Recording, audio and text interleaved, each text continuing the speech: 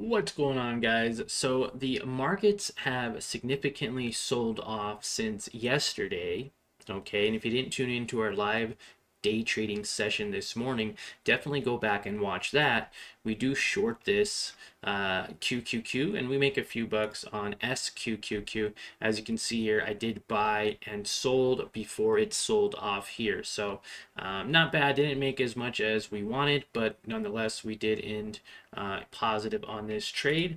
And then we cut our losses on TQQQ just a little too early. We could have actually waited and been positive on this one as well. Now, the thing with QQQ is it is back up to somewhat of a break even. And, it is higher than where it opened this morning, but at the same time, it is still down 1% from pre-market, I believe, or from yesterday. So being up to 476 yesterday and selling off to 462, that was a 3% sell-off overnight to those low levels here. Now that is accurate, about a 1.2 1.4% still low from yesterday.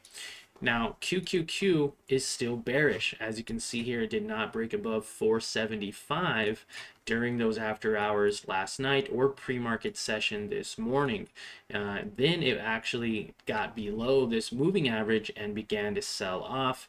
This would have been a beautiful trade on SQQQ, getting in at that $31 mark, $31.50, even $32, resulting in a beautiful setup shorting the market for a nice 7% profit or $2 per share for anyone who traded it perfectly from this moving average to the top.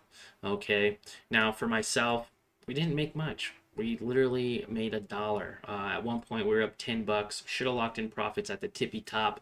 Didn't. Wanted to see a bounce off the 9 EMA. Then noticed a good thing I sold there, 20 shares at 33.15, because as soon as I sold at 33.15, it even sold off more, and it's still down at 32.27. So that means QQQ has actually rallied significantly today from 462 up to this moving average of about a 1.86% profit, which is nice. That means for anyone who watched the live stream, pretty much right after I ended the live stream, this began to push up.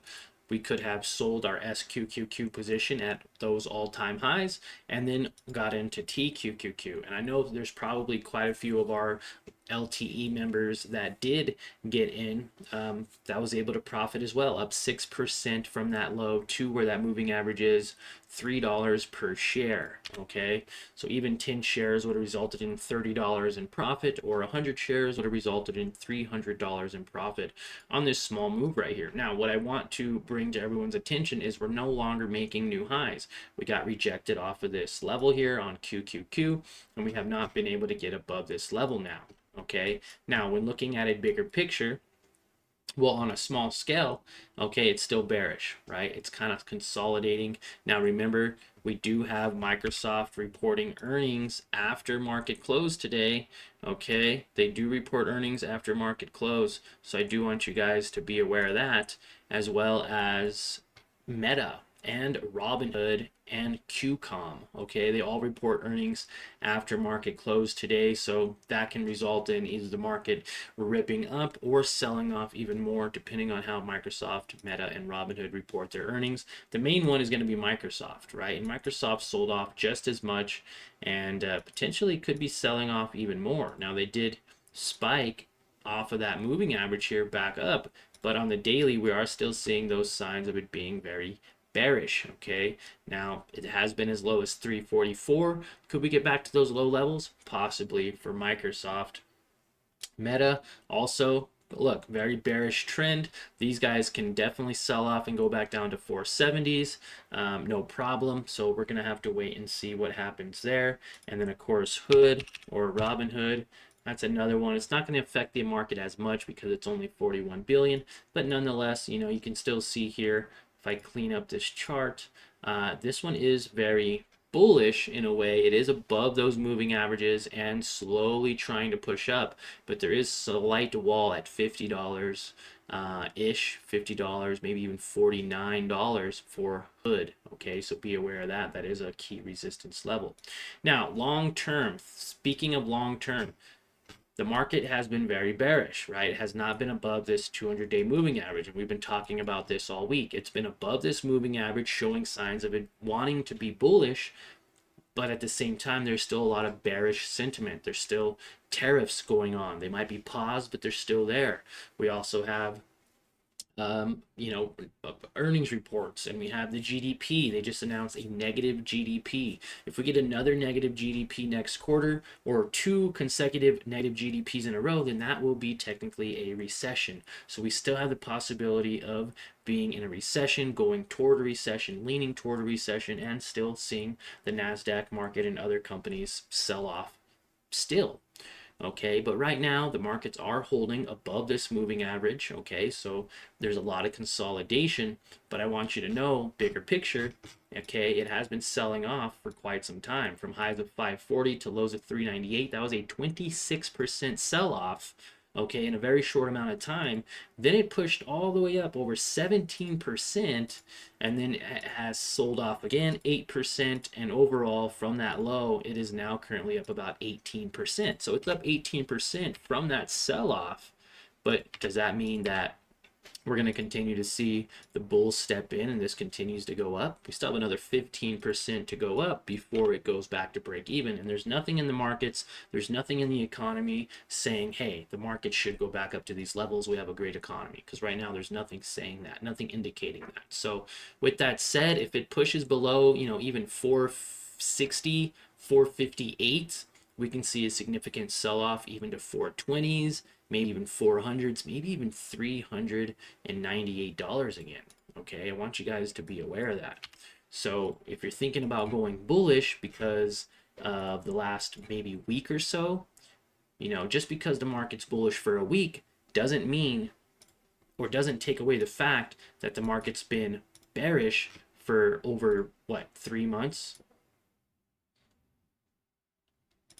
So almost 3 months now. It's been bearish for over 2.5 months, with some horizontal trading going on here at the bottom. So with that said, I did get out of my position, which I'm glad. I didn't short any further. The market isn't selling off any more than what we saw this morning, but it's also not pushing up any higher than this moving average. So I'm excited to see what happens tomorrow morning. If you guys are curious and want to follow along as I watch the NASDAQ and trade, whether it be going long with TQQQ, which is a triple leveraged ETF, or if I go short against the market with SQQQ, you can watch me trade these positions live every morning for about 30 minutes, talk with other subscribers and community members that join our live stream every morning, and get a little bit more involved with the market. Now, it's great to show up every day and be consistent. It's great to track the overall market. You don't want to come in, you know, to the market today and think that everything's great and everything's bullish. I'm going to buy here, when in reality it could sell off much more and you can be down 15% when you're investing for the first time or trying to trade. So just a little food for thought. And you know, again, if you guys are feeling a bit uncomfortable, anxious, nervous, or just uncertain, it's okay to not only not take a position or not take a trade at all, but if you're already in a position, whether you're in the money or you're losing money, right? Whether you're positive or negative, it's okay to reduce your position size or even just sell out completely. If you are you know, dealing with a lot of uncertainty or a lot of pressure, or you just feel like you're not getting the hang of it right now, it's also okay to practice with paper trading. There's no monetary risk. It's 100% free, and you can trade real-time, real stock tickers, again, with no monetary risk. It helps get that practice in, helps you get a little bit more comfortable as you learn to trade, and I believe that's the best place for any beginner to start. So again, I appreciate you guys' time. If you want to watch me trade live as soon as tomorrow morning, all you have to do is subscribe, and click the little notification bell so you know when I do go live.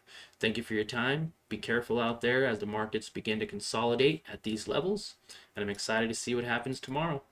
Don't be late. See you then.